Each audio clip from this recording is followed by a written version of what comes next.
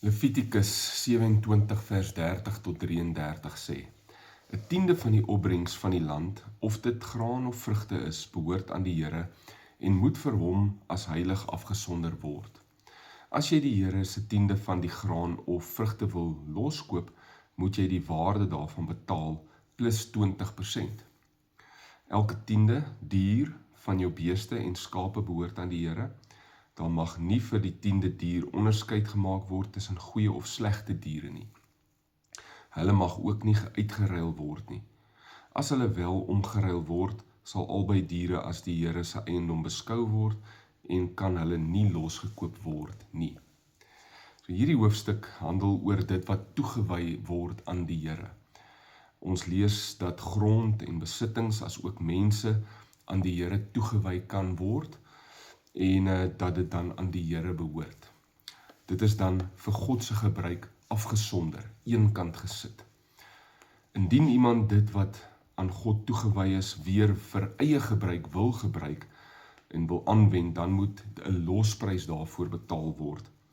En die hoofstuk sluit dan af met die beginsel van die tiende, en 'n tiende mag nooit losgekoop word nie. 'n Tiende van die opbrengs, 'n tiende van elke dier, 'n tiende van my inkomste, dit behoort aan God. Dit kan nie geruil word nie, kan nie losgekoop word nie, dit behoort aan hom. En vir God is hierdie beginsel van tiendes en eerstes baie belangrik. Dit is heilig. Eintlik word dit nie aan God gewy nie, want dit behoort reeds aan God. God eien dit vir homself toe. My tiendes is 'n teken dan eintlik van my toewyding aan God, ek wat aan God gewyd is.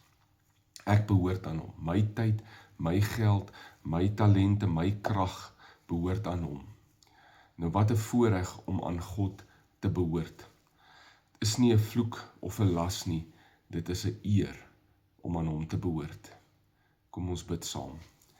Here, ek wy myself aan U toe. Ek is eintlik reeds aan U gewy deur die bloed van Jesus. Om nie toegewyd aan U te lewe is om minder te wees as wat ek is. Word verheerlik deur my. Amen. Mag jy 'n wonderlike dag hê. Die Here seën jou.